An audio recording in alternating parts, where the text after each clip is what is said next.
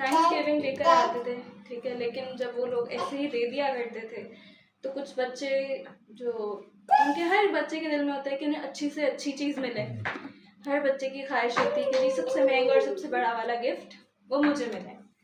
तो उनकी जो मिनिस्टर की वाइफ थी, उन्होंने इस फ़र्क को, छोटा सा फ़र्क है लेकिन हालांकि बच्चों के दिल में बात रह जाती है, तो इस फ़र्क को उन्होंने मद्देनज़र रखते हुए इस चीज़ को सोचा कि चर्चिस के अंदर लोग क्योंकि अपनी हैसियत के मुताबिक शुक्रगुजारियाँ लाते हैं,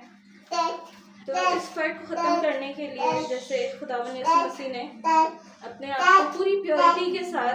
चर्चिस के लिए दान कर दिया, ठीक है,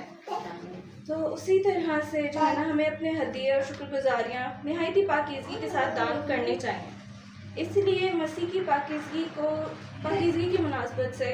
तो जो सारे गिफ्ट थे उन्हें वाइट पेपर में रैप करना शुरू किया। उस वक्त वाइट पेपर जो है ये बराबरी, साफ नीयत और खुलूस की निशानी थी, ठीक है। और उसके बाद ये रिवायत एक बन गई हर चर्च में कि क्रिसमस के इस महीने में कि जितने भी गिफ्ट्स बच्चों को दिए जाते हैं वो सफ़ेद पेपर के अंदर रैप करके दिए जाते हैं ताकि वो अच्छे और बुरे का फ़र्क खत्म हो जाए और हर बच्चे को एक जो है ना एक बराबरी का मुकाम मेंटेन हो जाए। यही इस दिन का ये मकसद है कि क्रिसमस का असल पैगाम को जो है ना हम याद रखें, लोगों में हम मोहब्बत बांटें, रहमत और लोगों की मदद के लिए हाथ आगे बढ़ाएं। जिससे खुदा ने अपना इकलौता बेटा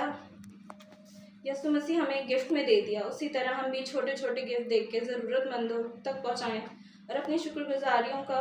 और प्यार का इजहार करें।